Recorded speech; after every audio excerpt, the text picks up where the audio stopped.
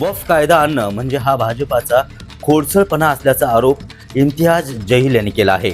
वक्फ कायदा आणणे म्हणजे हा भाजपाचा खोडसळपणा आहे. मुख्य मुद्द्यांवरून लक्ष विचलित करण्यासाठी हे केलं जात असल्याचा आरोप या ठिकाणी करण्यात आला आहे. आम्ही शांत बसणार नाही. मुस्लिम बोर्डाने विरोध करण्याची भूमिका घेतली असून आम्ही त्यांना साथ देऊ आणि न्यायालयात जाऊ असा इशारा MIM पक्षाचे प्रदेशाध्यक्ष इम्तियाज जलील यांनी केला आहे. हा कायदा म्हणजे देशाची दिशाभूल आहे. फाटक्यात पाय घालू नका अशी टीका देखील त्यांनी यावेळी केली आहे.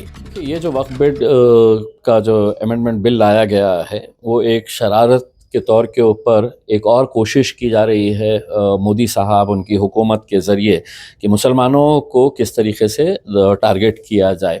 आप पिछले कुछ सालों का अगर इतिहास निकाल के देखेंगे तो आपको ये लगेगा कि कभी बीफ के ऊपर एक कानून लाया जाता है, कभी ट्रिपल तलाक के ऊपर लाया जाता है, कभी CA NRC के ज़रिए हमें डराने की कोशिश की जाती है, कभी औरंगज़ेब को ज़िंदा किया जाता है और अब ये वक्फ अमेंडमेंट बिल के ज़रिए ये मुसलमानों की जायदादें जो है, जो हकीकत तौर के ऊपर जो मुसलमानों की जायदादें हैं सदियों से चली आ रही है, उसके अंदर हम किस तरीके से अपनी नाक खुसड़ सकते हैं, ये एक कोशिश की जा रही है।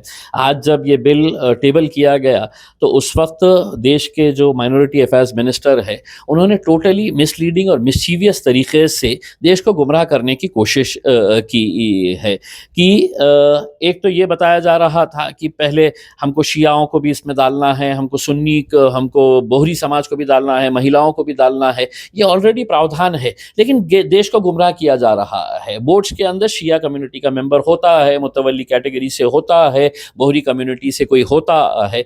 ये होने के बावजूद भी ये सिर्फ देश को गुमराह कर रहे। देखो कि हम मुसलमानों के साथ कितना इंसाफ करना चाह रहे हैं। फिर महिलाओं को इसके अंदर डालने की बात की जा रही है। मैं तो नरेंद्र दामोदर मोदी साहब से ये सवाल करना चाहूँगा कि मोदी जी ये बताइएगा कि आपने 5 दिन का अधिवेशन बुलाया था महिलाओं को 50% रिजर्वेशन देने के मामले में, तारीख क्यों नहीं बताई, कब से इम्प्लीमेंट करने वाले हैं, क्यों 2024 के अंदर महिलाओं को इंसाफ नहीं दिलाया गया, उनको जो हक मिलना चाहिएगा, सम्मान मिलना चाहिएगा, वो क्यों नहीं आपने 2024 के अंदर दिलाया। आप ये समझ रहे हैं कि महिलाओं को वक्फ बोर्ड के अंदर डालकर आप उन्हें सम्मान दे देंगे। आपके सम्मान का मतलब ये है कि महिलाओं को लाडली बहन का दर्जा देकर उन्हें हाथ में 500 रुपये, कभी 1000 रुपये थमा दिया जाए तो उनको सम्मान मिल जाएगा करके उसमें। और दूसरा ये है कि वक्फ बोर्ड के अंदर दूसरे जाति धर्म के लोगों को क्यों इंक्लूड किया जा रहा है। अगर इसी तरह से अगर आप दूसरे जाति धर्म के लोगों को वक्फ बोर्ड के अंदर डाल रहे हैं तो इम्तियाज जलील को भी है तो शिरडी के संस्थान के अंदर डाल दीजिएगा, इम्तियाज जलील को पंढरपुर की मंदिर के अंदर डाल दीजिएगा,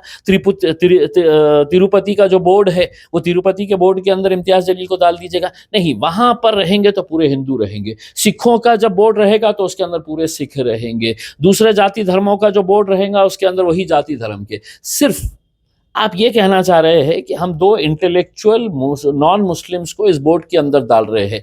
तो मोदी जी आप ये मुझे बताइएगा कि मुसलमानों के अंदर इंटेलेक्चुअल लोग नहीं है कि आप उनको इस बोर्ड के अंदर शामिल करें।